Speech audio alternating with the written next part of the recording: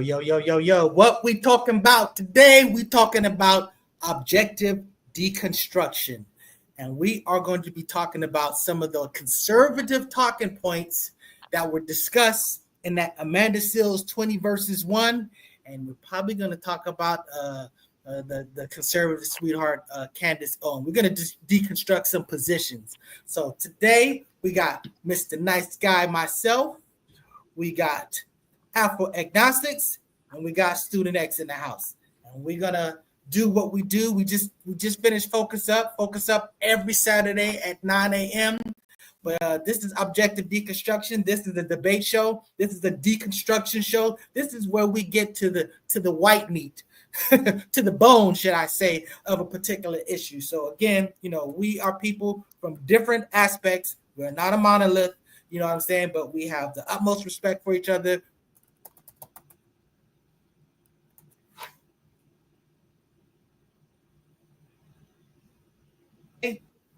Something that you want to comment, we'll add your comment. We'll, just go ahead and participate with us. If there's anything that you want us to objectively deconstruct in the future, let it be known. But that having been said, let's get to the get. First thing up, what's going on with you? Welcome to the party, Student X. Yes, sir. Hey, brother, look, anytime I could come on and play a part, in this show right here, I like what you guys are doing, the deconstruction, and every time that we talk and I engage with you all, then I learn a little bit more about, this format, and so, I'm eager to see what happens today. That's what's up, brother. Afro Agnostic, what's going on with you, sir? Hey, same here. I'm here for the, I think the thing that comes out of these exchanges is you learn more, learn more. So, and tell us a little bit about you. Tell us a little bit about where to find your videos. Speak on it, bro. Oh, my video, Afro Agnostics, the place, the space where we discuss and deconstruct supernatural beliefs and mythologies in the Black community.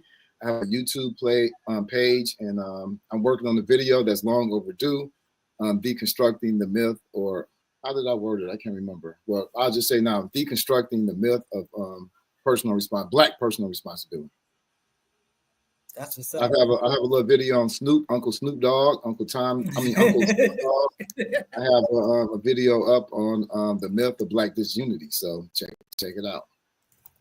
Mark Cram Carmen 6. What's up with you, brother? So all right, so let's get to the get. We saw this video, and I mean, it was somewhat gut-wrenching for me. I mean, it was tough to get through there. And one of the problems that I found with it is that I appreciated the sincerity and the vigor with which many of the conservatives were making these arguments. But, a lot of them were very young. And that's the problem. I understand if I were to be talking to my old 18-year-old self, you know what I'm saying, I'd see that I think that I knew a lot more than I did. I get that. I understand that. But when you talk about your own personal experiences from your observation, you got to understand this world is an extremely big place. There's a great vast number of numbers of people, of numbers of things. You get exposed to just a small portion. So your little environment, there may be similarities between your environment and the next environment, but trust me, your sample size is extremely minuscule in compared to what's going on out there. In order to get a bigger picture, you're going to have to do some research from some people who have actually objectively deconstructed mass numbers of data. So that's why it just involves much more than to say that, yes, my father was robbed by a Black person and I'm Black, so now I want to speak on Black crime. It's way bigger than that, So first thing up that they were talking about was reparations. Now, it's not going to be as neat as I want to, because we kind of freestyled this at the last moment that we were going to pull this off. But, they brought up reparations, and some of the arguments against the reparations was that, well, first of all, reparations is a systematic solution, but don't believe the problem is systematic, and don't believe that ultimately the problem is Black people and something that we need to do or don't. Let me just interject. That was a point that I was kind of making to myself. But if you wanted to kind of review their arguments against reparation, it's right below. And then we got to those. So the first thing up was they were talking about government hands out, waiting on the government, behind the government, check from the government. So I'm gonna let you take first bite of the apple, Afro Agnostics.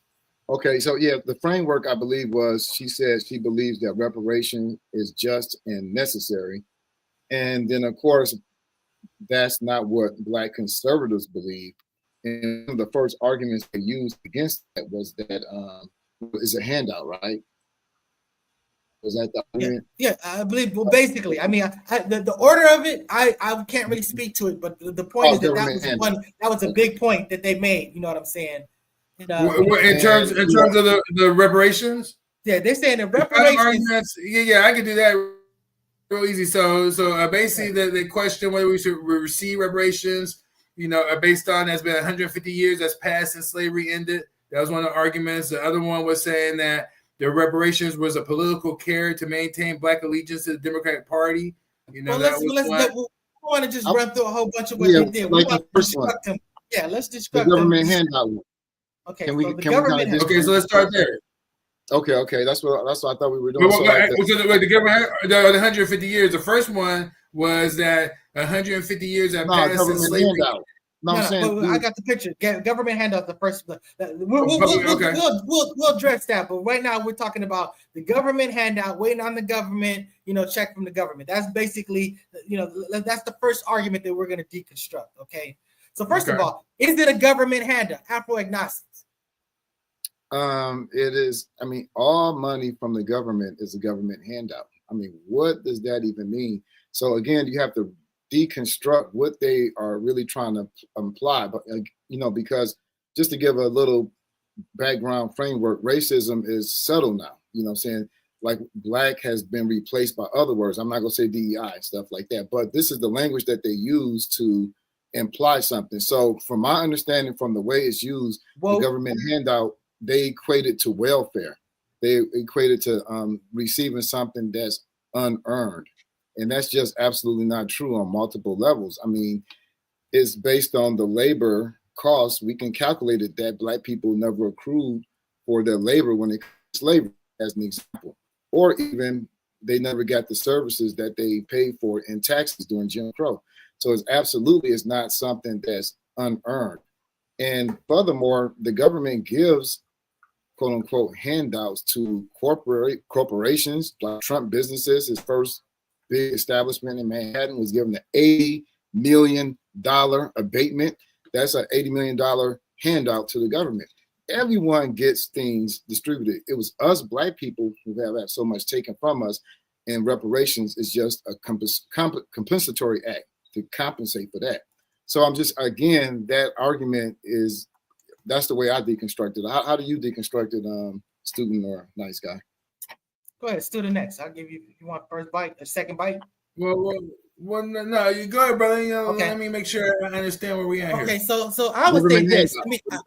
I would say that, first of all, I don't even like the term handout, because I do believe that this is earned. When you're talking about something that's repairing, something that's basically leveling out, because you got to understand, it's not just an issue of these people did something terrible 100 years ago, 200 years, 300 years. I get that. White people should not feel bad about what other white people did. White people should only feel bad about what they are actively doing. However, they are reaping the benefits of what those white people did back then. And on the same note, Black people are still reaping the deficits of what was done back there. When you talk about generational wealth, you know what I'm saying? When you're talking about just, a family, when you think about things like, let's say, Black Wall Street, for example, where you have a Black community where, for all intents and purposes, you have Black people that are basically have their own sort of like area where they're kind of doing things for themselves. Now, I understand that they actually did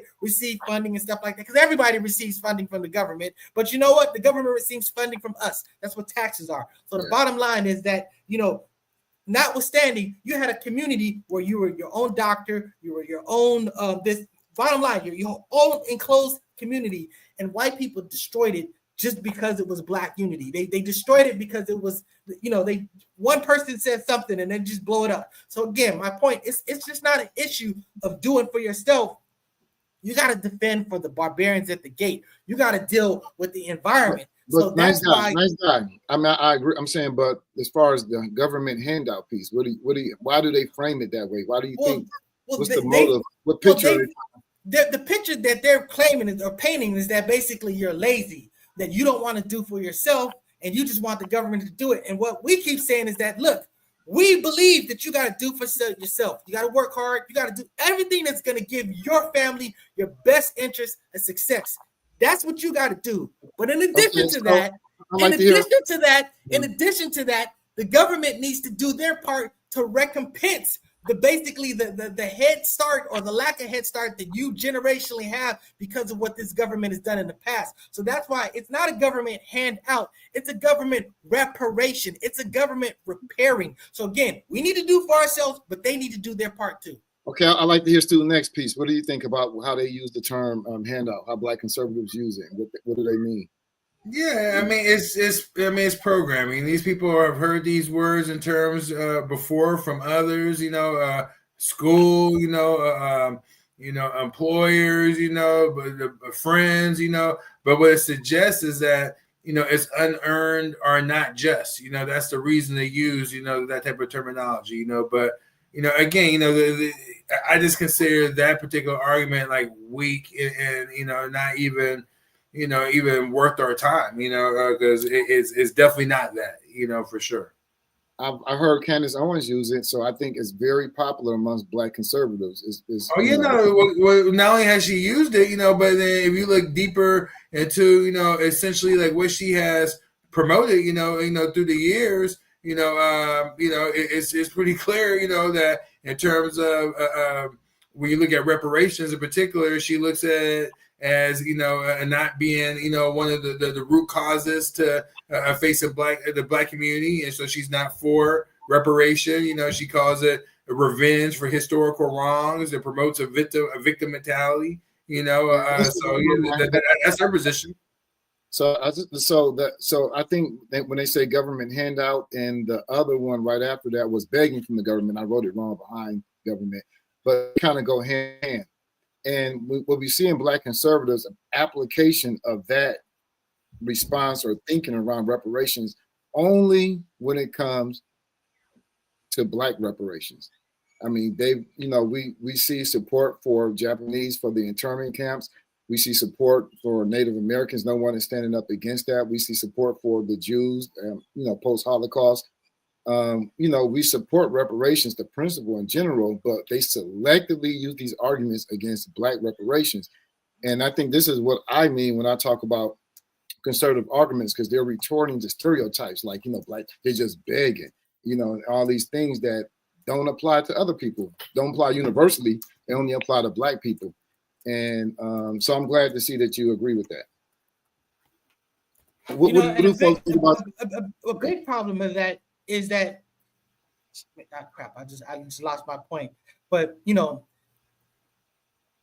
they keep talking about begging and all this other stuff, ignoring the fact that you're saying that, look, you need to do this other thing. They need to do this. And it's also, again, reparations is not just a free check. Reparations is basically efforts to do something. I've always argued, I said, if you just cut a check to a whole bunch of people in the hood, they're going to just be eating lobsters and scripts for a little bit, and that's not going to do much of anything. What you just brought up is another conservative point. Well, they reduce reparations to a check. Yeah, and it's and then my point is that I've always said that, look, reparations could show, well, first of all, reparations was the civil rights movement. That was reparations. DEI, those were reparations. These things were basically done to repair, to counter things that are the fallout that's still in existence because of things from the past. So when you talk about, I've always said that, look, I really appreciate how in a lot of the Asian communities, they have these after-school programs. And they're not like just YMCAs where they just play basketball. They're like doing math and homework and studying and stuff like that. I felt like that would be a good reparations, after-school programs. You deal with child hunger and stuff like that. So when these schools that have these free lunch programs, free after-school lunch programs. Would you include DEI in that too? Of course, DEI. DEI is an effort. It's a repair effort. It's something that's made to basically right a wrong. So that's why I'm saying it's not about just cutting a check. And I honestly don't agree with just cutting a check, because some people will spend the money right, some people spend it wrong, and then you're basically back to square one, and you just bought a bunch of shit. And I would argue, I would venture that these arguments are their knee-jerk instinctive reaction to be anti-Black, because if they ever studied reparations, they would know that reparations almost never just exclusively comes down to money. You know what I'm saying? Jewish people, they got land, they got machinery, they got guaranteed loans that they didn't have to pay back. You get access to things. There are many ways to get reparations. Maybe, say for instance, black people don't tax black people. The income tax of black people is don't tax them for 20 years as a way to help us accumulate the wealth that that was taken away from us. Exactly. Yes, it's a lot of. The points that we're going over right now, what I would say is that they're so rudimentary that most people, that's not where like the more thought-provoking individuals that are talking about are arguing against reparations. That's not like what they're talking about. None of these points right here that we saw from basically people that were nowhere near on Amanda Seals' level. What they talk about when it comes to reparations is like the challenges that identification and eligibility, the temporal and causal distance, with the slavery, the economic and practical feasibility, the moral equity concerns. Let's deal with one at a time. What's the first one? The more sophisticated argument. What is it? Well, I'm saying challenges and identification and eligibility. Meaning that Stop right there. I don't see why that's hard. They have this thing called the Census Bureau. They every year, and people, it shows on there if you're black, or what is it? Black, non-Hispanic, it's very simple. That's a no-brainer. They do it for all other groups. Because there was levels to slavery, right? Tariq Nasheed, they've already established these things. They have a concept of what's the term that they use? I forgot what it is, but basically, you can discern who's basically a foundational black person. You know what I'm saying? By if you just said, okay, your parents were DNA, everything is available.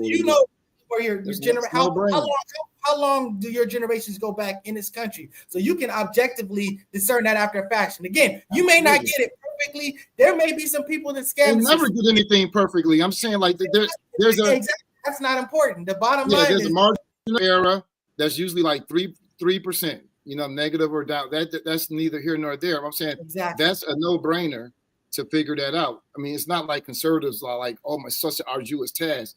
This is just an example of being against black reparations. So, it's not a sophisticated argument to me. What's the next one? Number 2. People talk about in terms of okay. Well, we talked about a little earlier to a degree, but many payers are saying it's a problematic because many modern Americans are descendants of post-slavery immigrants and non-slave owning families. And so they don't feel like they have a skin in the game. In terms of being able to contribute to these resources being reallocated. Do you want to stab at that one? Because I think it's a lot. Yeah, I think it's easy. I think it's easy to deal with that one too. I think you guys touched on it earlier. Is that yes, but you benefited from said system. For example, when many of our people came out of slavery with all the skills, in particular the labor skills and whatnot, they had to be, at first we were thriving, building communities, but people saw our level of growth and development. So then they had to hold that up, stunt that, prevent us from being hired, bring in immigrants to be trained and take those particular jobs, and then let us back into the workforce as being, underlings, versus, supervisors or whatnot.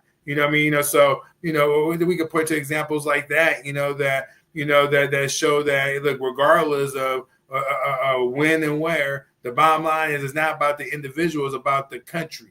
This entity that we call the United States government of America, does it, have a debt that should be paid, and to me, I argue, the other part of this, it might be getting off topic, but, it's really the stance of where we are at as a people. To me, if you really feel strongly, on this subject, then how can one, have any sort of loyalty, to this?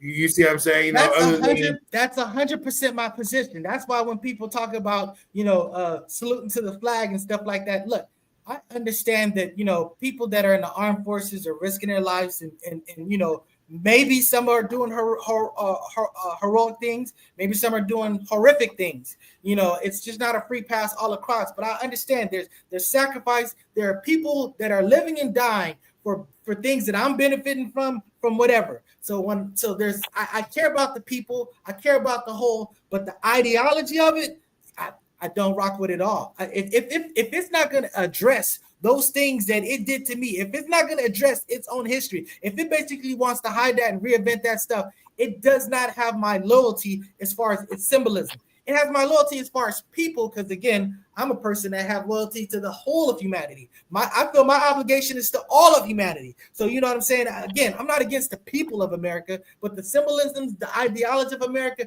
yes, the one that doesn't step up and say, look, the terrible things that I did were terrible. The great things I did were great. Let's focus on the great. And matter of fact, let's not just be as great as I have been. Let's be better than I've ever been. That's something I can rock with. If we can repurpose that, then I can get behind it. But if it's not that for that exact same reason, I'm be like, yeah, nah. So I want to address the initial argument against was, these immigrants coming over here.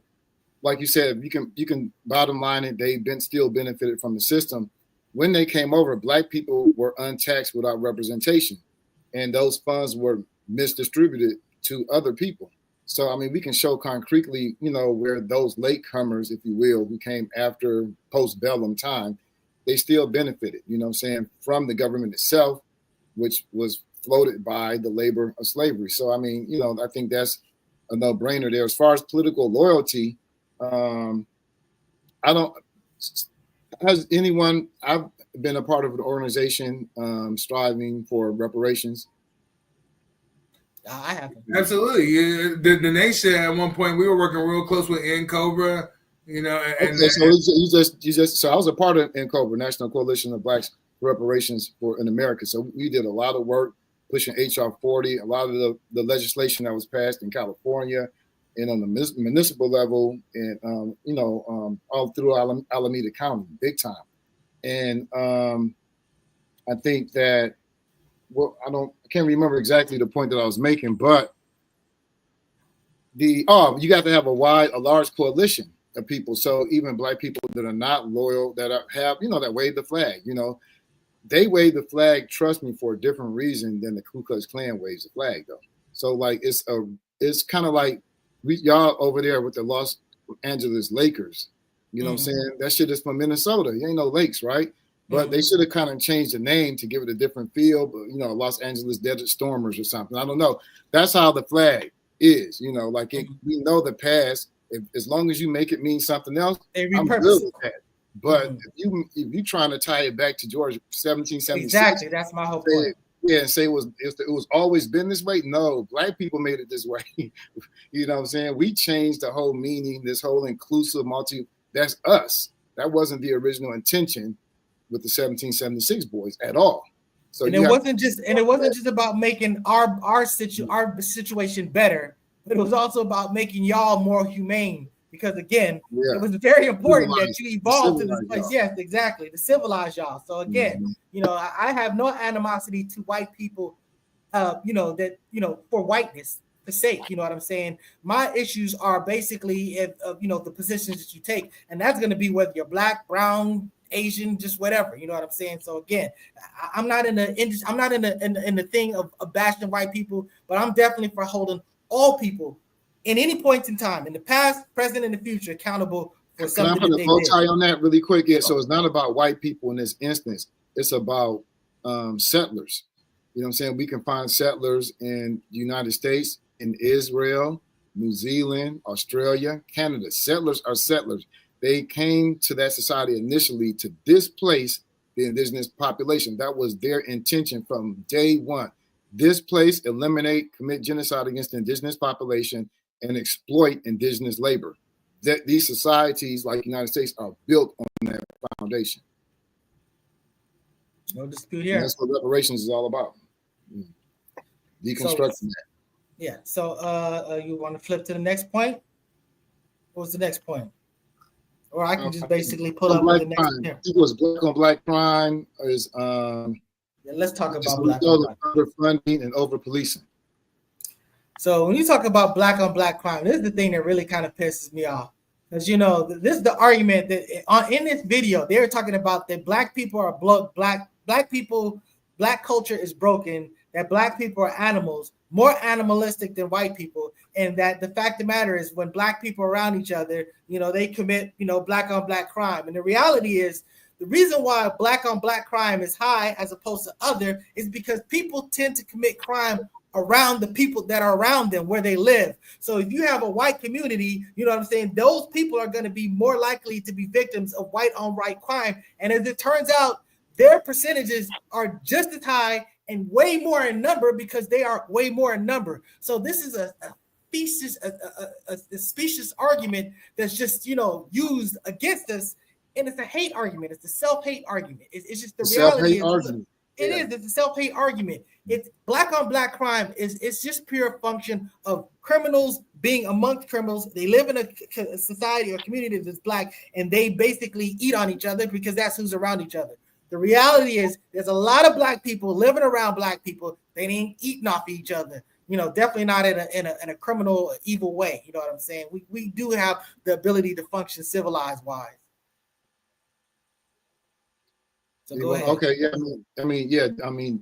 definitely. And when they frame it that way, I think one point that one lady on the show attempted to make, and Amanda, she didn't address it properly, in my opinion. I was like, oh, you gotta, was not just the fact that fratricide, they call it fratricide, is universal. Mexicans kill more Mexicans, Asians kill, that's universal. But she brought up the disproportionality. And, this is fact. Since the first homicide statistics were taken back, I think 1930, black homicide has always been disproportionate to white homicide. We kill each other at a higher rate. So they were making that point. Mind you, they make a lot of these points when you talk about like police misconduct or you talk about reparations. It's like we can't do anything because of this black on black crime or this disproportionality. But one thing that's missing is that we know that crime, blue collar crime, is tracked by poverty. Black people are disproportionately impoverished. So of course you're going to see disproportionate homicide. It's mathematical. And when you look across the world in other settler societies, Australia, New Zealand, you're going to find that the indigenous people commit fratricide at a higher rate as well. American Indians commit fratricide as a higher rate as well than white people. I mean, this is a function of settler colonialism. It's not something that is wrong with us. And this is why they constantly try to do this. All their arguments are based on self-hate, then ignorance, and it presupposes something is wrong with black people. It's something that we're doing or not doing that is the root of the problem. And it's obviously not. It's racism. They don't want to deal with that because they don't acknowledge. Well, I'm going to leave it there. Yeah, keep going. Go ahead, still next. Yeah, I think that when you have conservatives talking about this, the people who are informed, they're going beyond just talking about just black on black crime as a knee jerk type of reaction. People are talking about not most of them have the understanding as I do is that white people kill white people, and vice versa. Everyone knows, the reality of this. But, I think that, the sincerity of when conservatives are talking about this point, that it's still a fact that obviously we have this, regardless of the circumstances, as being part of our community. And how do we address it? How do we, minimize the impact and ramifications, of what we could control on our own? Now, granted, there's, again, outside influences and forces. I'm not going to deny that. Others might deny that. I'm not going to deny that. But, there are things that we could do that could lower the probability of having a household, Okay, I'd like to hear that. What are those things? What are those things we can do? Because I think that this is a good moment to dive into that. even well, yeah, again, and this is what brings into the arguments, that the conservatives were saying, in terms of what is one thing that personal they can do accountability, though? That you think, absent fathers, poor decision making, okay, so what are those that, or where is that coming from, and then we see again influences in terms of the music, who's influencing music. Okay, we know all goes where it all comes back to, but let's again, let's do one of those things at a time. So, like personal responsibility. Let's deconstruct that. What does that really mean? Yeah, just life choices. Give us a example. Decisions. Huh? I didn't hear you. I said life choices and decisions, that one makes, if one, is, you're hungry, and then, you go and you steal something of value. So you go sell it, to make some money to feed yourself, type of deal. Okay. Was there another option, that available, was there, was there, a support system available to you that could allow for there to have been a different outcome. I think that is, an example, just again, personal accountability when you have, a choice to make, what choice do you make, in that moment, and then, and what, what are the consequences of those decisions? This is not just do next. This is a nice guy. So say, and I can show this statistically. I don't, I'm trying to think of that place in Boston. I'm gonna just say there are places here in Atlanta too. Buckhead, that's an example. So say you have an affluent Black community, and then you have a working class, poor another Black community.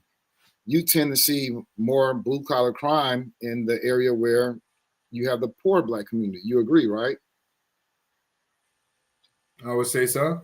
Yeah. So what's the obvious solution in order to reduce the blue collar criminality in the poor Black community to make it equal or on par with the affluent Black community? Okay, I'm going to push back a little bit because I see where you're going, and I want to say that there's two attacks to this. Look, we know that by just making it a law that you have to wear your seatbelt, that less people will tend to die. So decisions that you make, policy decisions, will play out. So when you talk about as far as things that you can do to make other communities maybe less blue collar or more affluent, these things will actually be things that will sort of like guide that. But there still is an individual factor of people making bad decisions. When you're talking about a person commits a crime, they're saying that regardless of whatever their alternatives are, this is the choice that they're making. And I'm saying that there are people out there in the world that are making terrible choices. And they're influencing how these models play out. So these systems, I agree, we need to attack the systems, but we can't take away the individual responsibility because it's the individuals that are playing out the systems. The systems are just a construct. The people are real. Okay. Let me just say too, the first people saying that personal responsibility means nothing. It's just a word that you're throwing out there. I'm just saying blue collar crime is inextricably connected to poverty. It's tracked by poverty. In fact, you don't have to. I'm saying when you like thinking of this as a scientific experiment, the poverty is the independent variable, and that's the only thing I'm saying. When you move the independent variable, it automatically impacts the dependent variable in an inverse or adverse. Do all poor people commit crimes? No, but they commit blue collar crime on a higher level. That's why the group of them. There's more. This crime comes out of that group. It's a small minority that does commit crime. But what I'm saying, it has a lot to do with what you said. There's a disproportionate number of poor people in poor communities. That's the part of the problem. They're concentrated. But you're observing, yeah, that is part of the problem. They're concentrated. You're observing behavioral trends on a macrocosm level. Okay. Yeah. And I'm just saying that still there are individuals. I understand that if they live, if you take a person and put them in a better environment, there's probably a greater chance that they will succeed, whatever that means. I think that most of us would agree with that. But there is some degree of responsibility as far as what you do. I want to totally agree on that. Moral compass comes into play, which is decision making. Pause. I gotta say the argument of personal responsibility presupposes that Black people are not already doing that. Who says we're not? We're doing that right now. Some people doing what? No, the Black. Why no one is telling the white people to be more responsible? Not this criminal class we're talking about, bro. We didn't see college resources. We're talking about putting resources in Black community reparations, and their counter argument is talking about personal responsibility. What does that have to do with anything? If white people in the Appalachian Mountains are starving, they don't have enough food, giving them resources. No, y'all need to take personal responsibility. That's a bunch of nothing. Everyone takes personal responsibility. It's institutions, it's the government that is not taking personal responsibility. What happened to institutional responsibility?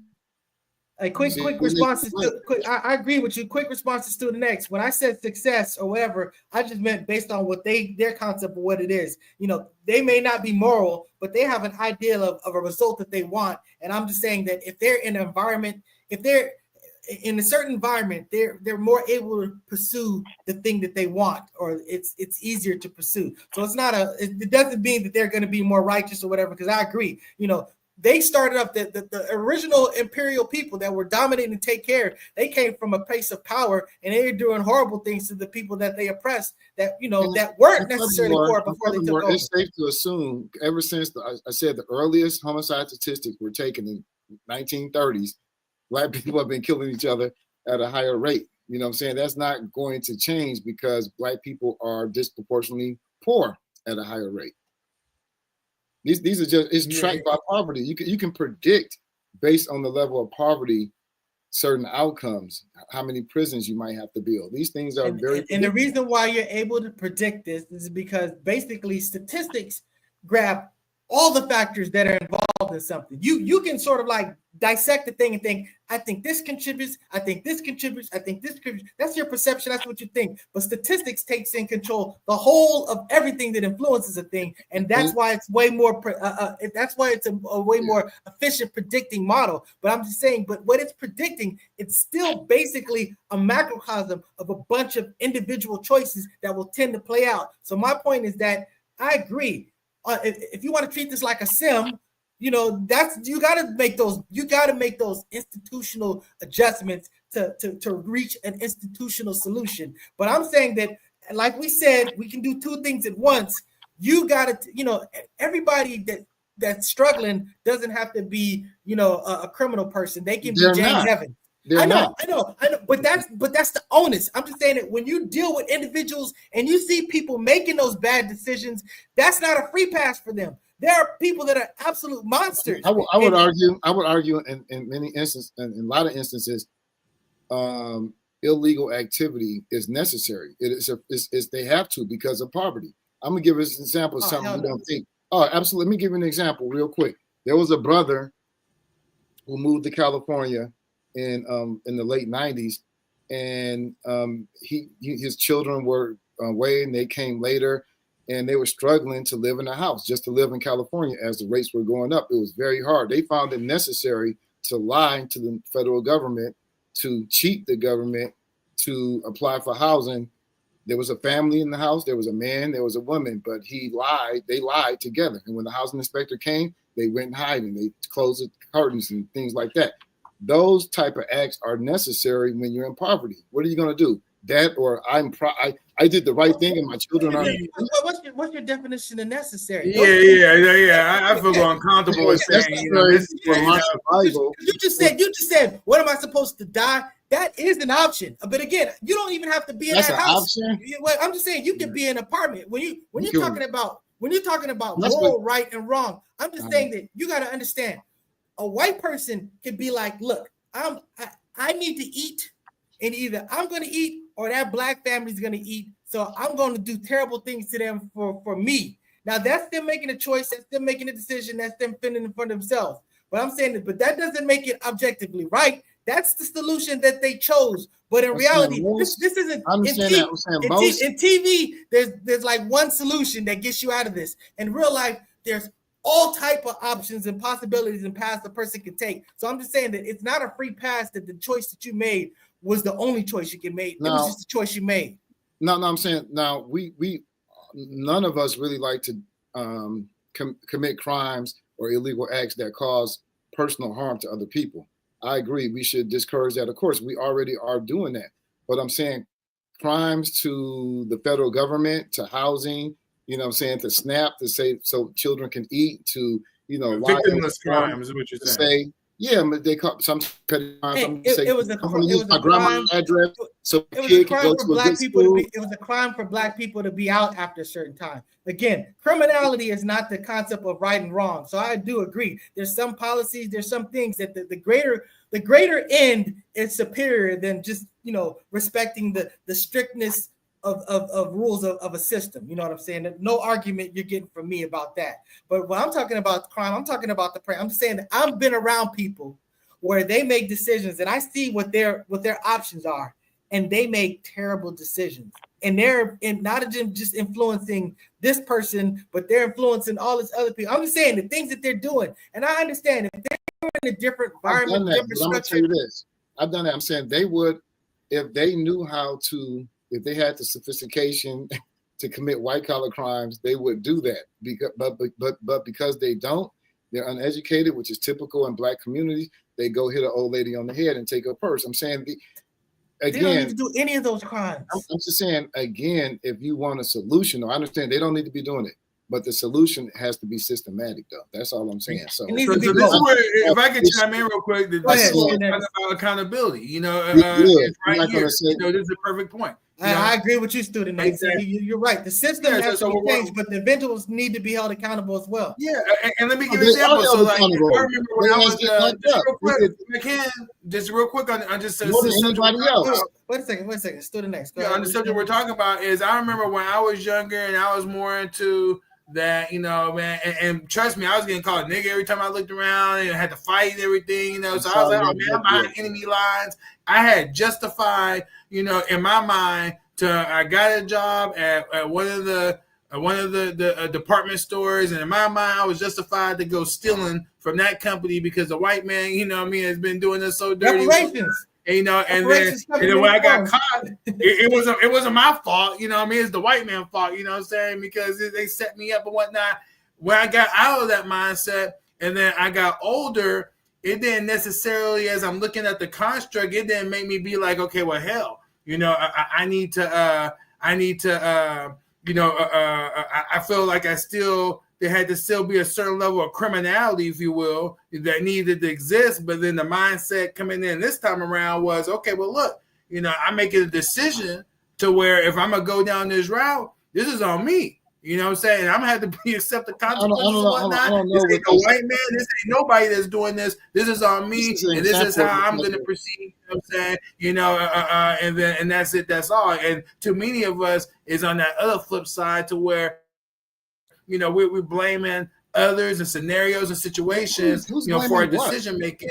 And then that's where the conservative point set, you know, when it comes to personal accountability, you know, and talking about, you know, this criminality aspect we're talking about right now. Student X, you know, Student X, I would blame both. That's my point. See, I can do both play an influence for sure. Yeah, and that's why. So I'm gonna let you go Afro agnostics, because again, all I'm saying is that individuals pressures. Human beings are human beings. They tend to do what they do. Okay, so when you know that human beings are going to do something, if you create an environment, you'll tend to get the results that you tend to get. I get that. The problem with personal responsibility, you keep throwing it out there like it's something real. It's nothing real. Black people are held accountable for the crimes they commit just as equally. I mean, yeah, we are, but that's not accountability. Is not what we do. You talk for a minute. So I'm saying we're held accountable just like any other community.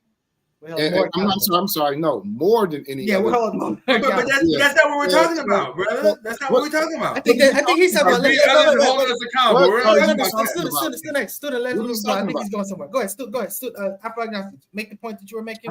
We're not going to interrupt. Go ahead. My point is that the term is just thrown out there as a way to distract people from focusing on solutions. When you focus on that, they try to say, no, you need to focus on personal responsibility, again, which means absolutely nothing. Black people are taking individual personal responsibility just as much as any other group. and we're held accountable by the law, by our family, by others, by our community, just as much as any other group in our situation. So I'm saying, like, this talk is just, I'm going to tell you where it comes from. This talk of personal responsibility actually comes from the tobacco industry.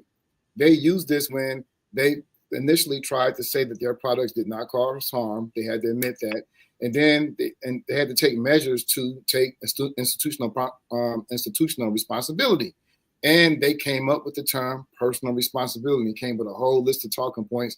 The Republicans and Black conservatives applied it to Black people after the 70s. It is the same argument. It's a nonsense argument. It shouldn't even be brought up because it means nothing. Bro, so using your example, I mean, but it does mean something because, you know, to their point, is being the tobacco industry is that, yes, a person made a decision to smoke some cigarettes, but then where they're not being accountable is the fact that, you know, there were strategies and material, you know, that was put inside the product, you know what I mean, that it led to the addiction, you know what I mean, to the individual, you know what I mean. But that's not what we're talking about right here, you know, is that what we're talking about is that, you're not even familiar with you taking a side of tobacco argument, you're not even familiar with that argument within the and within that struggle with the tobacco companies. I mean, and that's an example of conservatism. I am familiar with that argument. I think he was making an argument against the tobacco company. He's saying that you guys are not acknowledging your responsibility for basically creating a drug that people are being addicted to. Yeah, that's what he was saying. So yeah. So that's what I'm saying. It's not quite. Again, it's not quite apples to apples. You know what I mean? But I see the correlation because again, with the American government, you know, holding us accountable, you know, yeah, they're all about holding us accountable, but they're not holding themselves accountable to the harm and challenges they brought to the community, to your point. You know what I mean? And so that's why I agree. When they bring up this example of, you know, well, we need to do that. I think what you're saying is that, look, that's not what the argument is. What is it that we need to do? Yeah, well, again, yes, exactly. Because, you know, the reason why I say this is a myth. When I think, well, you say that, well, this is what I think about. Like, let's say, for example, now again, I'm an outsider student. Next, I can't really speak for the Nation of Islam as an outsider, but just from my observation, you know, especially reading like Malcolm's book and stuff like that, you know, the nation was like, look, you know, we need to do certain things to clean ourselves up and do certain things. And people did those things. Like, for example, they stopped alcohol, stopped whatever. And they found themselves in a better space to be successful. Now, I'm not saying that they shouldn't also address these external things. That's a completely different argument. But my point is that inspiring people to make individual decisions that are good decisions has an impact. Yeah, I'm saying so. If you can look at the, and this is a good point that Malcolm X said, you can almost look at the Nation of Islam, some aspects of the Nation of Islam, as a social reformatory program. It was a social reformatory program. And they had funding, not just funding from Black dollars, because we know that the Nation of Islam had white funding. So I'm just saying, so that's what we're fighting for, resources, so we can have programs like that. Nation of Islam needs to receive money because they are good at that. They, I think, stopped doing that like in the 70s and 80s as much, but they used to be real big in the prisons and reforming Black people. But again, that takes a redistribution of resources to do at an effective level. No, this is still do it to this day too, you know. But like you said, you know, it's you know, it takes work, it takes energy, it takes effort, and then it takes resources. It takes resources too. That's why I'm gonna say it. I'm gonna say it in defense of Afro-agnostics argument. I'm gonna say it in defense of student X's argument. It's a two-ply thing. When we're talking about systematic, we don't need to focus on our individual thing. That's a given, and you're right. They need to be accountable for their individual thing. Everybody needs to be accountable. And for the most part, that's what laws are in place for. Laws hold you accountable, especially when you get in trouble. What we're talking about is the system. That's something that we can all address, and it'll have my individual behavior will only affect a little bit, but with adjustments to the system will impact a whole lot of it. So that's why absolutely could, so but the same could be true the other way around too. You know, look at the impact that individuals like a Malcolm X made. And that's why I kind of disagree. I mean, I softly disagree with you, Stu, next, but I think you'll find that I really do agree with you here, because Malcolm X was not just the product of an individual thing. He was a product of an institution. The Nation of Islam, was an institution. He organized, and he created his own organization. It was an organization that did that. So, and they created many Malcolms, not to the level of Malcolm necessarily. Exactly. I'm a product of it, bro. When I went into the nation, I came out much stronger than I ever was, and not that I'm like, not a part of it, now, you know what I mean? But like I said, I'm definitely not active, inside of that. But when I was more active in my growth and my development, it absolutely had an impact. But just going back again, to just dealing with accountability, is that the one thing that I do, speaking of the nation, I remember that the messenger, Musar Elijah Muhammad, always had said was that, study the white man, he is successful. He makes no excuses for his failures, And so when I start looking into that why would he say that, especially given how much he talks bad about the white man, and start really diving into that, then I start to understand that, more just when I even start looking at my own sports, growth and development. And then the one thing that was always promoted to us, was that as a leader, that is your fault. It's no one else's fault. It's all on you. Even if these other components or whatnot failed, that it ultimately impacted the construct in you, ultimately is your fault. So that's where accountability starts from. Hey, it's on you. What I mean? That's where it's at. So we take that type of position, that type of understanding, then, you tend to come up with more solutions and end up, at the finish line more often than not, versus if everything is someone else's fault and causing you to struggle, and and then now you start to lack motivation and vigor to even see things out to its completion. So again, that's one aspect that I know has helped me in my life, and I absolutely try to promote that to others all day. But it does not mean that other parties escape what they're accountable for as well. Or the external factors, because you already said that even though it's a position that you take and saying it's my fault, I'm a leader, but you're acknowledging that there's other extraneous factors that basically impacted the end result of when you say no, you're like, okay, this happened, this happened, okay, but what I had done different to influence that situation, to where that would not have happened.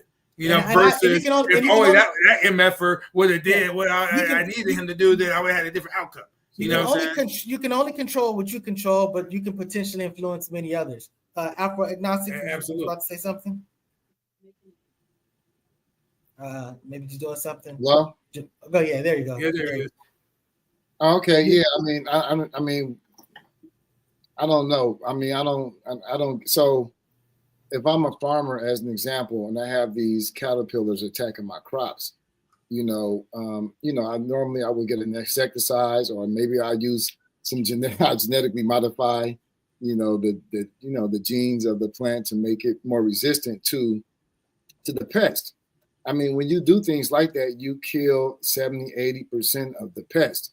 You never kill all of the pest.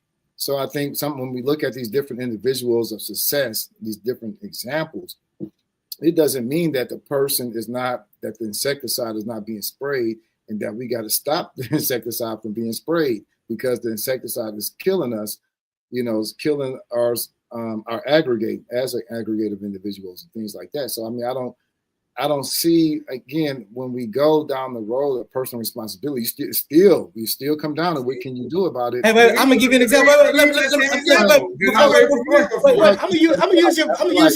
use your very example. What if the farmer doesn't use pesticide? You say what? What if the farmer does not use pesticide, and instead of killing 70% of them, he allows 100% of them to live? What about that? I mean, I'm just saying that would be an example of accountability. If he doesn't do something to give him his best chance of survival or solution, I think you presuppose he tended to go bankrupt in this point. So look at even in this example here, it kind of presupposes that like these caterpillars are not doing something to resist the pesticide. When a certain amount lands on this plant, they may go to another plant. They may migrate to another. people are doing again, something. you're making my point for me in this argument, bro.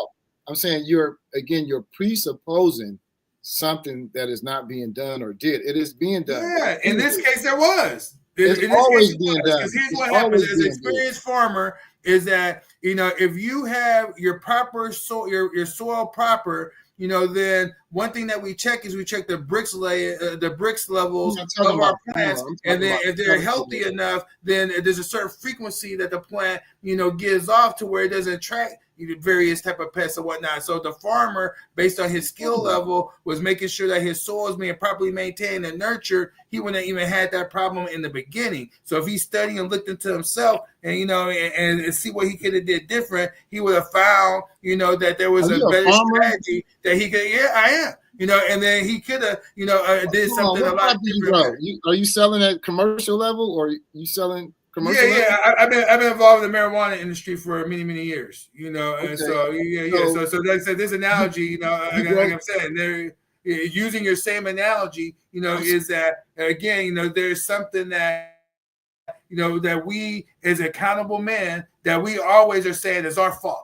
We're not ever blaming anyone else. Whatever the outcome, we're in charge of something. We're a leader. We're always saying it's our fault, and we're starting with that to see what could we have did different to change the outcome, the negative outcome we're experiencing, and then we also have to deal with the present because now you have to mitigate it. So in the situation that I was dealing with, either we could use pesticides, and then take that product and sell it to the market and not tell anyone and send it to the black market. Or we could have just said, hey, we're going to just go ahead and suffer, do what we can. Hold on a second. Still next. Hold on a second. Hold on. I was being interrupted. I was finishing my point. I wasn't trying to do that. I was just trying to focus to the one thing. So it was you can finish your point. Go ahead. But I'm saying it. We agree. Again, just going back to that analogy is that, I had the same the choice to do. Do you just nuke it and put some pesticides on the crop, and then instead I can't send it to the legal market now because we test on the legal market, it won't be accepted, but I can send it to the niggas on the black market, the people that want to buy it over there, and get my money, that was a choice I could have made, and others that was on the team that could have made, but no. Instead it was like, okay, look, we're going to have to suffer. We're going to have to setback. Let's get what we can get, and salvage, and then just come up with a new strategy and new plan to recoup, and make up for what we did, and that was, again, my moral compass came into play. Also, my accountability came into play in that situation, and there's others that had to come and make that same decision. I think you've completely made your point in saying that the things that you do impact how things will play out, the choices that you make. And you basically establish that as a philosophy, you look at it as it's my fault. And you do that as a strategy to inspire or to basically to motivate you to figure out the solution that you can to reduce failure. So that's why it's not that I'm not cutting you off. It's just that I'm saying that you have thoroughly made that point. I think that you expressed that, and I think it's clear, and I think it's a very, very reasonable position for you to take. Okay, that having been said, what Afro. So you've established that you agree that that's correct, right? Huh? What did you say? I can articulate my point. He was coming from the perspective of the farmer. I was coming from the perspective of the caterpillar to make my point. And again, it's the assumption is that we are not already doing what you say. But I would even critique that strategy of approaching it from my fault perspective, because this assumes that every outcome in your life is the result of your individual choices and decisions. And I think that's the root cause of the problem right there, when that's just simply not the case, and that's not supported by evidence. And like I asked, 15 to 20,000 kids die every day. So at the end of this day, 15 to 20,000 kids would have died from starvation. Was that their fault? Yeah, no, of course it's not their fault, bro. Of course, that's what I just got finished saying. That doesn't presuppose that everything, but when we're able to be accountable, Now we're children, we're growing make, up, we're being nurtured and developed. Our parents are raising us, they're mismanaging us and whatnot and everything, so their sins are passed to us, and their, lack of focus, you know what I mean, may impact us and whatnot. And now we get to a position to now we find ourselves present, and now we have the wherewithal now to make choices and decisions and whatnot. Then that's where it starts at that point. If you weren't equipped with that, whatever age that is, you assuming that Black people don't start that at that age. I mean, who says we look data? It doesn't make any sense. And then furthermore, the biggest predictor of your life outcome, of your wealth, is the wealth and of your family. So I mean, you're already, before you're even born, it's predictable. There's a higher percentage of chance. And it matters what we do right now. Focus on the restructuring. I can apply the personal responsibility as organizational responsibility. Every Black person has a responsibility to join an organization to create the social change, to change these conditions. You know what I'm saying? I don't even know, other than that, how it's even applicable. Which y'all talking about personal. I think. See, I agree with what you said, because again, now you're talking about, when you talk about predictive. Again, I felt like you were talking about systems, and I'm saying that yes, the most predictive thing is going to be the many things that influence the thing, as opposed to the small thing that influences the thing. We call it the independent variable. Yeah, the independent variable. And that's what I'm saying. That's why I'm saying that I think it's a terrible knee-jerk react. I think it's a terrible defense to the argument. Why major in the minor though? Exactly. I agree with you. That's why I'm saying that I think it's a terrible defense. Is like when you're focus on. Yeah. Oh, no. I don't think he's talking about the system. He's already acknowledged that the system is broken. I'm saying Student X is making the same argument that those people are making. Those people are arguing that whatever. Student X is saying that, look, what I can't control, that's what I'm going to focus on. I think that shit is broken and that's messed up. That's not going to get fixed anyways. I'm going to focus on whatever. They should be held accountable. He's saying that reparations are not only just, but they're necessary. But he's also said that, look, what are the likelihood that they're going to do that type of stuff? And I'm just saying that, you know what I'm saying? So I'm saying he's not saying that he's of that mindset. He's saying me and Amanda would get together great. I can tell you right now. You know what I mean? She'd be my sister, from another. You know what I mean? No doubt about it. Now I'm sure we don't agree on everything, but who the hell does? You know what I mean? But I'm always been down to focus, with people who have, a similar stake in the game. I'm not saying, let's go ahead and figure it out. I'm not saying Student X is necessarily. We're talking about the Black conservative arguments, but when the Black efforts to change the system are shirked by Black conservatives, like they're very critical of DEI. They're very critical of Black Lives Matter movement. They're very critical of reparations, as we see here. They're very critical of holding police accountable. So all the things that Black people do to change the system, to focus, like I think sometimes they use the argument, we don't need to focus on that. What do we need to focus on? Personal responsibility? What is that? What does that even mean? Again, majoring in the minor. I say we need to focus on personal accountability, because at this stage of the game, where I'm at is that, we are not, and we have not made the strides that we need to make if we want to have a full and complete freedom here inside this country. We just haven't. But do you agree? Who's going to be accountable for that? But wait, do you agree that we have made significant strides in this country? Sure, of course, bro. So that, of course. I'm a benefactor of it. You know what I mean? So that in itself justifies what he's talking about, because the system, alterations of the systems was who created that. And I'm just saying that, when he makes his argument, it's a fact that the civil rights movement, the changes to the system had a serious impact on, on our I have lives. no disagreement with that. So that's why he said that, so when you focus on just what you can do as an individual, that is focusing on the minor thing as opposed to focusing on the major thing. So going back to the farming analogy, since she gave you guys a little bit more of my background, is that when you're growing plants, then sometimes situations happen to where, for whatever reason, the plant's growth is stunted.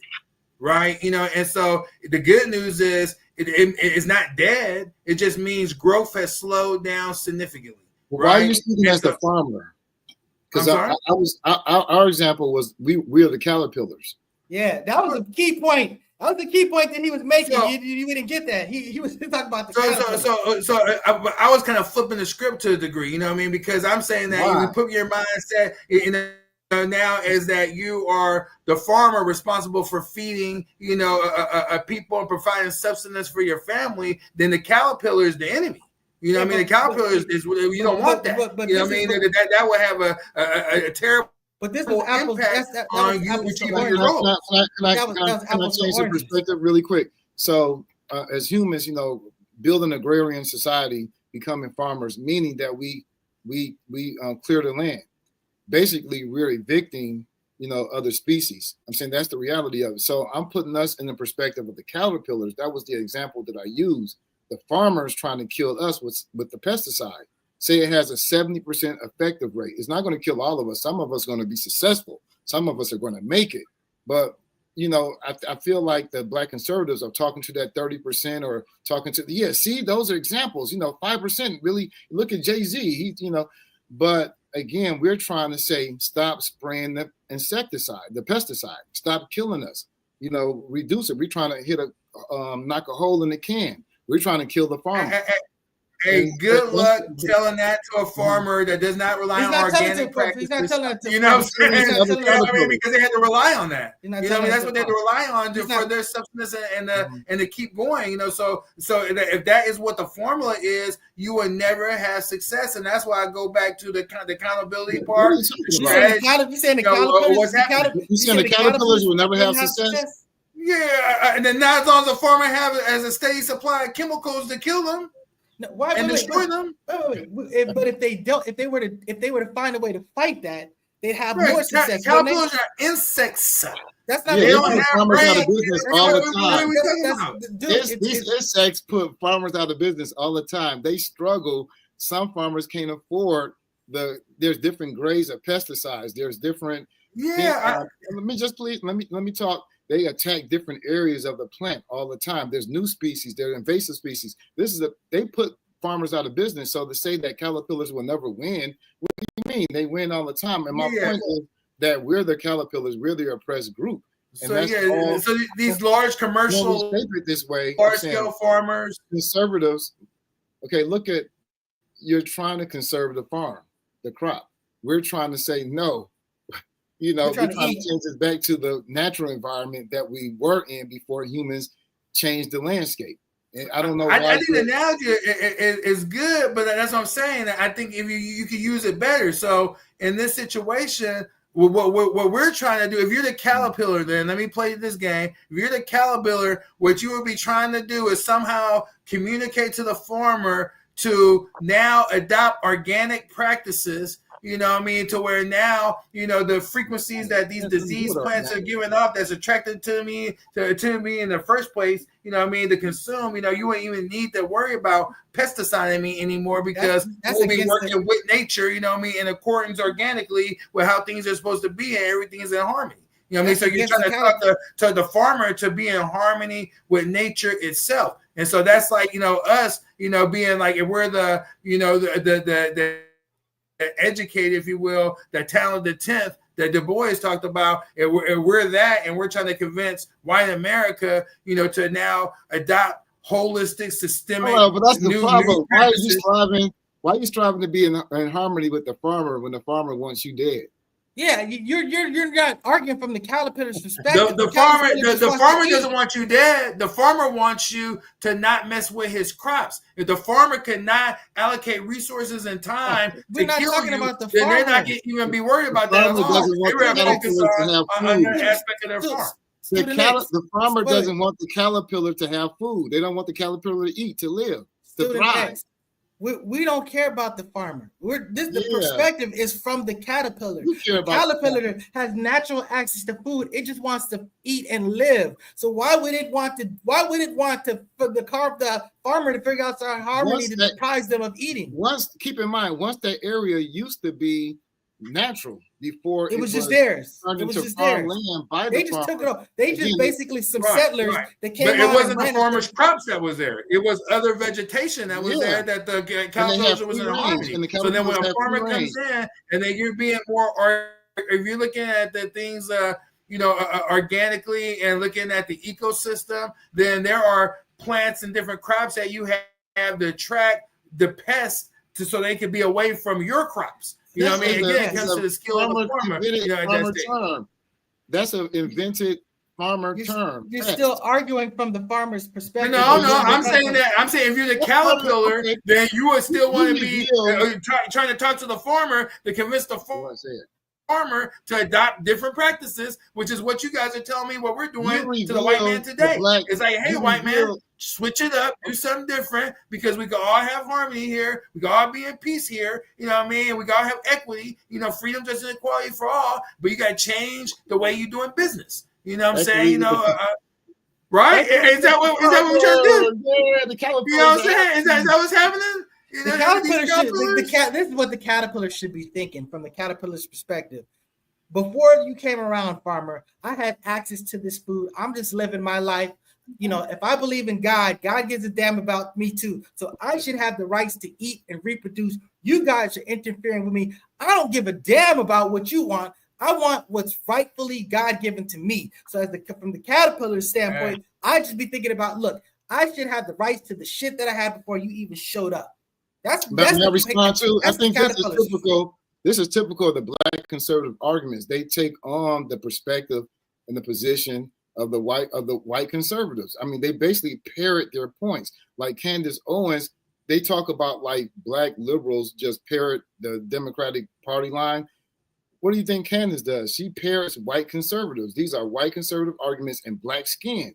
And that's the point. Why taking on the perspective of the farmer? So again, what I'm doing is that going back to accountability. I said that's typical of Black conservatives. I don't know. But I'm saying, but we're using, what I'm saying is that in this argument that we're making, is again, the only thing I'm talking about is accountability, personal accountability. Yes, other people are impacting things and influencing and making things bad, but how can we switch it up and change it ourselves? What can we do? The caterpillar? As a group, entity, or caterpillar? The caterpillar? The caterpillars are taking personal responsibility. They're refusing to leave. They're eating the food and they're reproducing, increasing their population. I'm saying, so imagine telling them, you need to take, no, they're trying to, if they could have the entire intelligence to organize a way to stop the farmer or overthrow him, increase their production somehow to overthrow the farmer and what the farmer is trying to do to their. Hence the Game of Thrones. If that's the way we're going to keep doing it, it's the Game of Thrones. You know what I mean? May the strong, strongest survive. You know what I'm saying? That's what it's all about. But may the strongest survive, because if the farmer got more resources, it's not about they're going to throw it at that threat. And then the Cowboys got to throw everything they got. And that's what the imperial people did. The Romans, all this other stuff, they had more resources, they had more power, and they took over and they killed stuff, and that don't make it right. That's what we're talking about, right and wrong. That is what we're talking about. Survival. That's what we're talking about. We're talking about the caterpillar survival. I thought we were talking about winning. The caterpillar winning. Yeah, you know how the caterpillar wins? Having freedom to do what they were doing before. Yeah.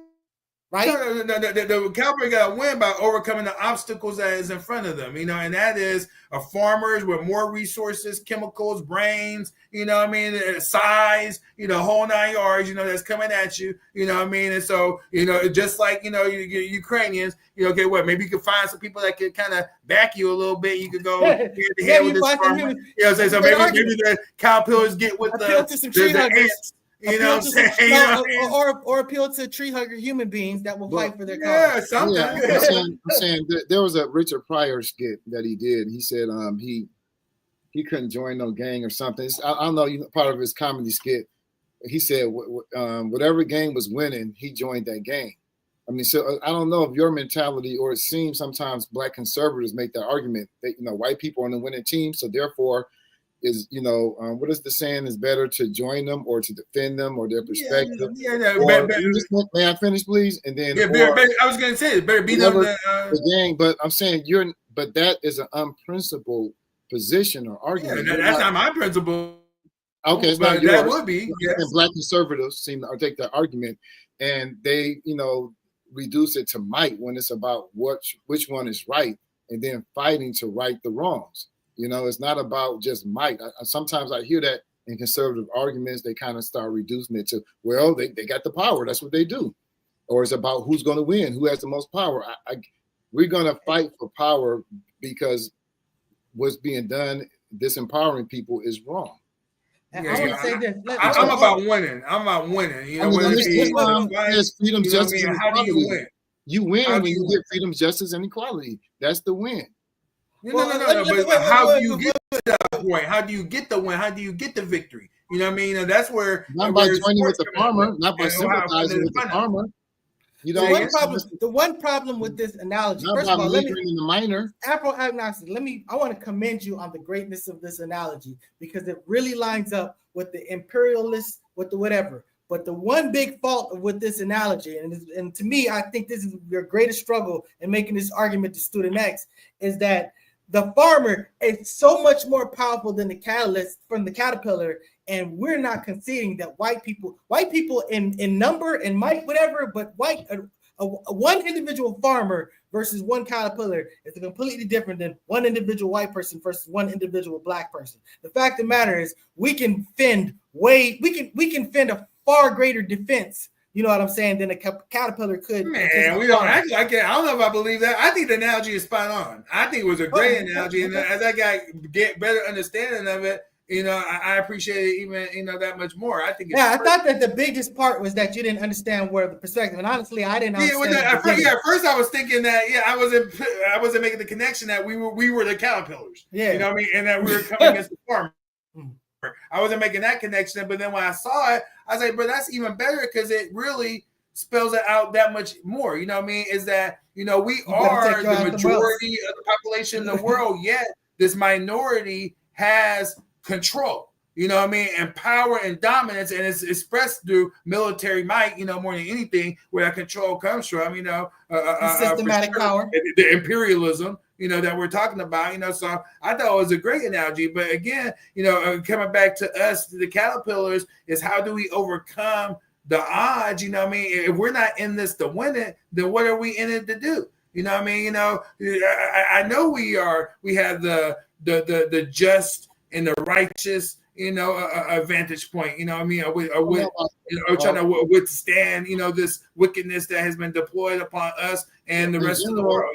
You just say, because to answer this question, you're saying, what do we do about? So in general, I think me and a nice guy we were talking about that, and we were talking about how Black conservatives, when you bring up those solutions, they shift to personal responsibility. So we looked at that as like a distraction, because you kind of asked, what do we do? What do we do? The obvious answer is what we've always done, and what was universally what people do around the world: create social movements. The Black Lives Matter movement, as an example, trying to keep DEI, or making it, forcing the government to implement DEI in the first place. When they did, those are the type of things that, what do we do about it? Civil rights movement. But conservatives are constantly pushing back against that by characterizing it as a handout and all these things that make us have to, that distract people. That's kind of the problem that we're exploring here. Yeah, I think we give those type of conservatives a little bit more credit than what is due, because again, in terms Amen. I'm just saying in terms of the real relevance and impact. You know what I mean? Because amongst us as Black people, they make up a small percentage of us. You know what I mean? That type of mindset and that type of thinking, and then as it relates to white people, okay, yeah, they love to have a Black people parroting their points and saying things that maybe they can't say or feel they don't want to say, publicly or whatnot, due to backlash, so they do contribute to that, you know what I mean? Yeah, but they get to stay in the house. They get to stay in the big house. Our success, I think is less relevant. Do you think that they have a disproportionate presence or influence on social media that's bigger than their actual influence? the black conservatives? Yes, I would, because I would say that the white people who are supporting them have a lot of money, you know what I mean, and give them a lot of views and whatnot. So that's where it comes from and where it stems from. I agree. We got nothing to argue about now, man. Let's go. Let's get something to argue about, man. I mean, I think that, put it this way, you came up with a great analogy, a great attack, and we really established that I'm just saying that I don't want to see, I understand what you were doing. I felt like what Afro-Agnostic was doing was saying that, look, we're talking about fixing systems. Individual things has no place in that discussion. It's not to say that they're not relevant, but they have no place in that discussion when we're talking about fixing the system. Okay. And I agree with that.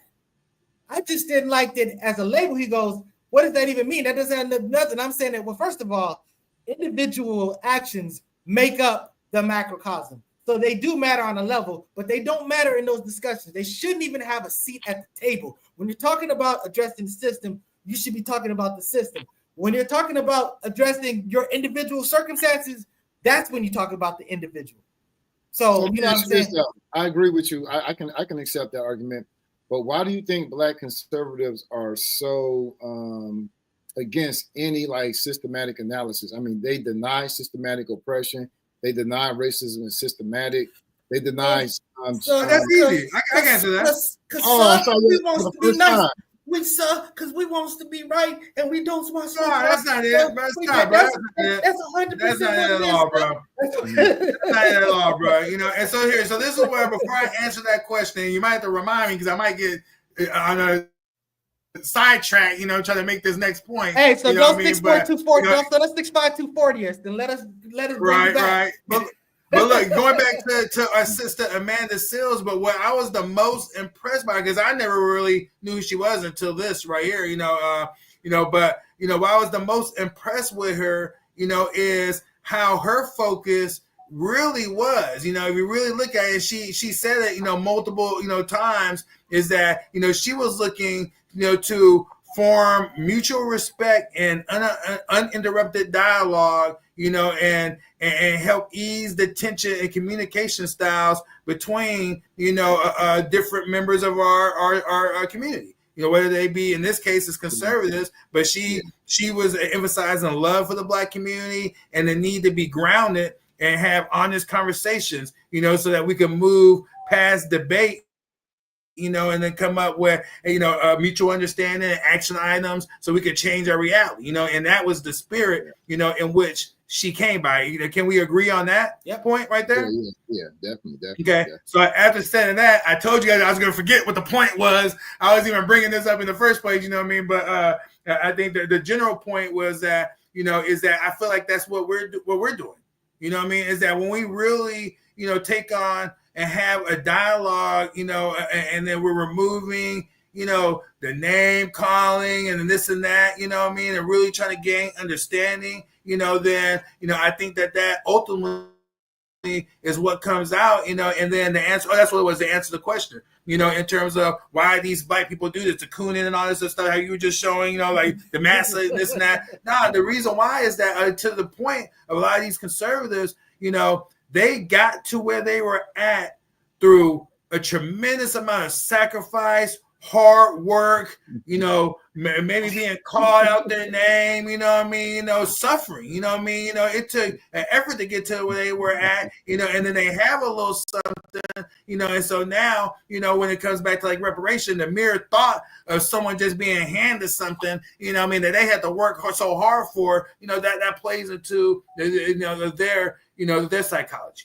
That's so selfish. Because I feel like, look, I'm not saying it's not selfish, man. I'm not blaming you. I just want to make a point to saying that I was never a person that felt like if I'm in trouble, I want them to be in trouble too. Look, I got this because whatever, but I'm saying it. But if you just get something, if you win the lottery, yay, you. I mean, at the end of the day, I want us all to win. You know what I'm saying? It's not about you need to take the path that I took to victory. You know what I'm saying? So I'm saying, but Stu Nash is kind of making a point. Like when what's the homeboy that came up, the brother that came, the brothers that come from YouTube and they started boxing.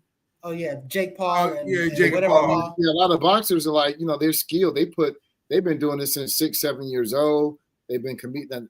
competing at the amateur level. They didn't get sponsorship. They're, pro fight. So yeah, I understand that perspective, though. They would feel resentment towards a Jake Paul, white privileged YouTuber crossing over into my sport and making all this money. I can get I don't know if you want to characterize, but they put in the work in a different way. I mean, they earned it by just building up their social following. You know what I'm saying? So I understand they didn't go through the normal channels, and I can understand you can feel that some way. But I'm just saying, as a person that's on YouTube, that's nowhere near doing with their type of stuff, and I commend that, and I look at that and man, that's a great accomplishment. You know what I'm saying? So you don't have no hate in you, just a little bit. None. I'm like, first of all, you as a boxer, you think you would? As a race, as a black person, I've always said that boxing is sanctioned racism. So yes, I don't like seeing that white dude beat up black dudes. That don't sit right with me. Boxing, it's okay to be racist in boxing. So there's only places, there's space, there's safe racist spaces. You know what I'm saying? So I'm being facetious, but I'm just saying that, seeing him knock out Nate, the dude, the basketball player, that wasn't good. But I do commend, I just didn't like the attitude that they were like assholes. But then they showed other aspects of them where it's just a persona. They're being clear that, look, this is whatever. So I'm just saying, if it's your grind, it's your hustle. If you ain't killing people, you ain't robbing people, you ain't raping people, more power to you. You know what I'm saying? And so I'm just saying that I get it, how a boxer can feel that. But you know what you can do? Fight them, beat their ass. Man, but let me just say this. I'm going to give another quick example because Stu Next brought up a good point. If you read E. Franklin Fraser's Black Bourgeoisie, The Rise of the Black Middle Class, he talks about that, how the traditional, forget what they call it. My bad. I'm sorry. So this, before, the black middle class didn't start really until after World War II. You didn't really you had a aristocratic type of structure. And those folks were very resentful from people who made it financially from the celebrity side. You know what I'm saying? Because they went to school, they have education. They their parents go back to the first attendees at HBCUs, going back to the Reconstruction era. So they did have deep resentment. He talks about it in the book towards blacks who made it to that level of economic success by just entertainment and stuff like that. So that is real. That's a real thing. There's no question that it's real, but again, that means that you don't care about black success as much as you don't care about your prideful issues with how they achieve their success. I'm just got a little haterism in you, because I hate it when I remember Montel Williams. I remember he was saying that. Look, he was arguing on the show. He goes, "I went to this. I had to go through all of this, and and I got my own show. And if I could do it, anybody could do it." And my immediate response, right. Everybody couldn't have a talk show, brother. That's not how it works. I agree with that. And the sister point that out. She was saying, "Look, man, we're all have different abilities and talents and whatnot, different upbringings and whatnot. So that's just not true. Everyone can't do it. What I mean? And I realize that because not to toot my own horn, but I knew I wasn't a dummy. You know what I'm saying? That was clear. And so, but it's gonna take the whole village, and that's why me and Afro, when we get in these debates, I totally disagree. We don't have the unity that I feel that Afro thinks that we have as a community, because if we did have that, if we did have that, I feel like our outcomes would be a lot different. I think he's arguing. I think what he's arguing is that we have a lot of community based on the statistics of things that we do agree on. What we don't have, the community, is enough to reach your standard of what we should do, or my standard, and probably which is be a nation, be a nation within a nation. Whether you have to be a nation of Islam, but I'm saying that we have enough technology that this right now to vote among ourselves and come up with what we want to support, how we want to support it using technology.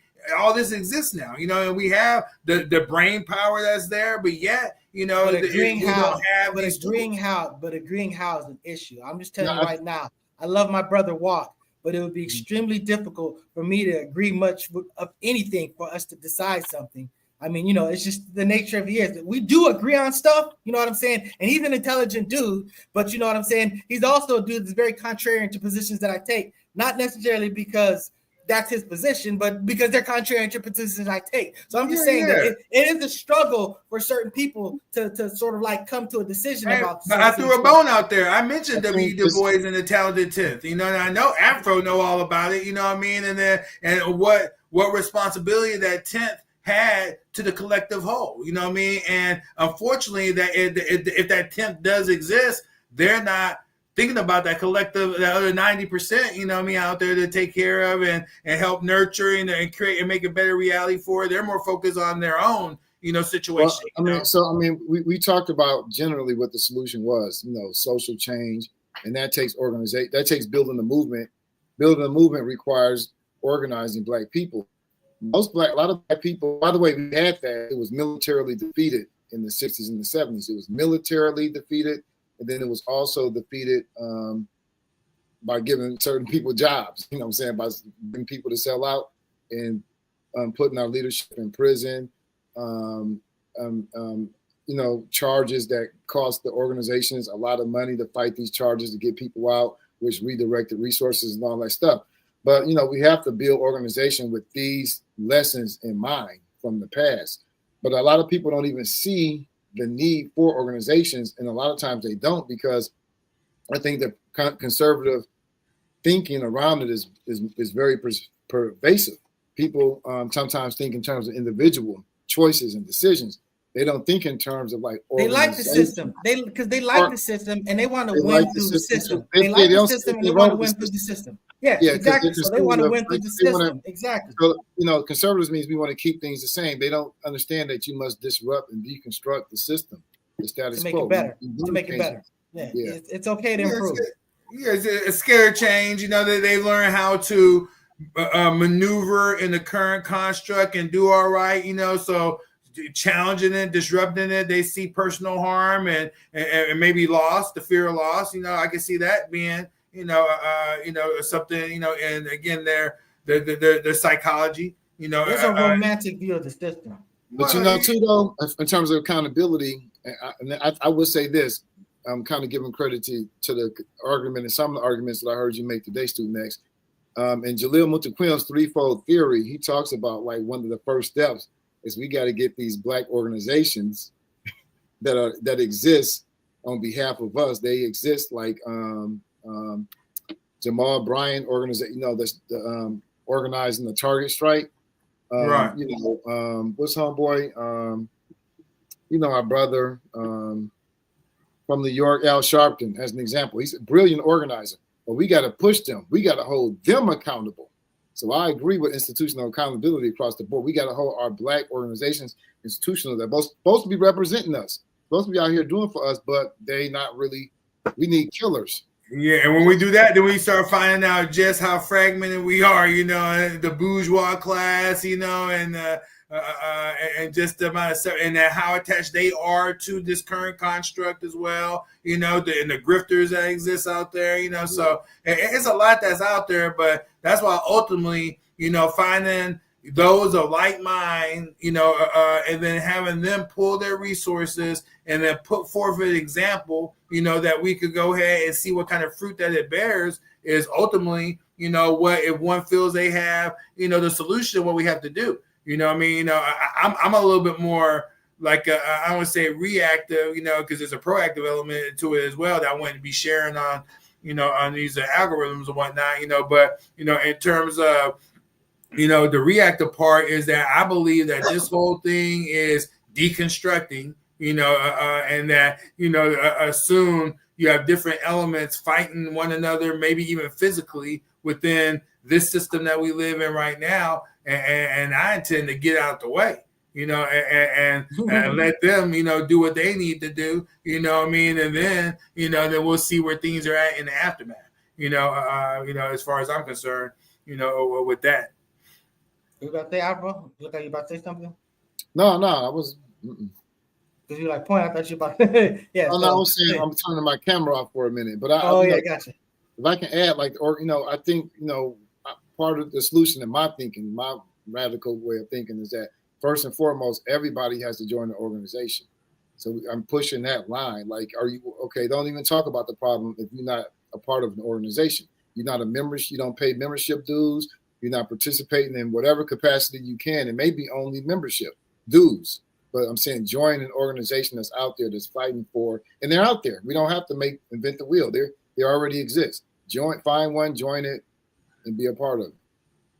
Yeah, that was a big thing after the Million Man March, and we did see an uptick, in people, our people joining various type of organizations. And remember, those organizations did include churches, mosques, and synagogues as well, and we saw definitely an uptick in, taking care of babies, adopting babies, and things of this nature, and they're all worthy efforts, and part of the solution, but ultimately, I think that we're really going to reach consensus if we're not looking at, find out who wants to form a nation within the nation, right here in America among our people, and then start making decisions, that collectively, as a group, and allocating resources together, to accomplish, said goals and tasks. I think that's ultimately where we have to go. We really want to see any type of change, and we have to divorce ourselves from some institutions. I think that right now these political institutions, at the very least, the people, the masses of people have a complete distrust of those in politics. I think the masses, I think there are those that, that's indicated by who votes, and who doesn't vote, so, I think that not all organizations are created equal, and that we have to kind of start to look at, okay, what organizations are truly in it to win it, and they're not in it to win it, and they're more about, doing things, the same, doing the same thing, expecting a different result. I think those need to be abandoned, Black nationalism, organizations that are aimed at pursuing a nationalistic program, nationalistic goals. I agree. Black nationalist goals are very, having that perspective and pursuing that. But, generally speaking, joining an organization is a pre-step towards that. So that having been said, I believe we have fully fleshed out what, already about an hour and 36 minutes in. Yeah, so in closing, first of all, like, share, subscribe, to the Focus Up Network, the Focus Up show on every Saturday at 9 a.m. We got usually spin that back in this time slot. Sometimes it's beating politics. We got a good one that's coming up. Sometimes we got this objective deconstruction. So, we got various things, but, and then there's Sex Talk or Walk on Thursdays at 9 p.m.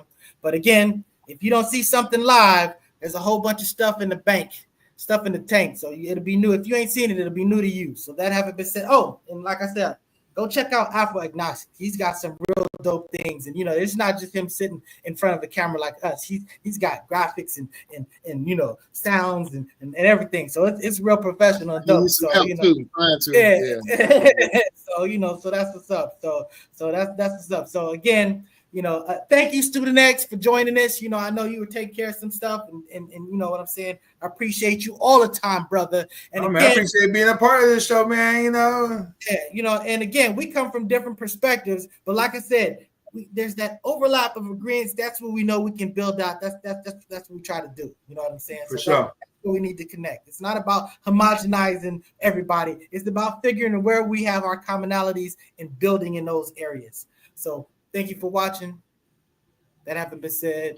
Oh, yeah, and I did all this top. It's already got the intro. Peace out.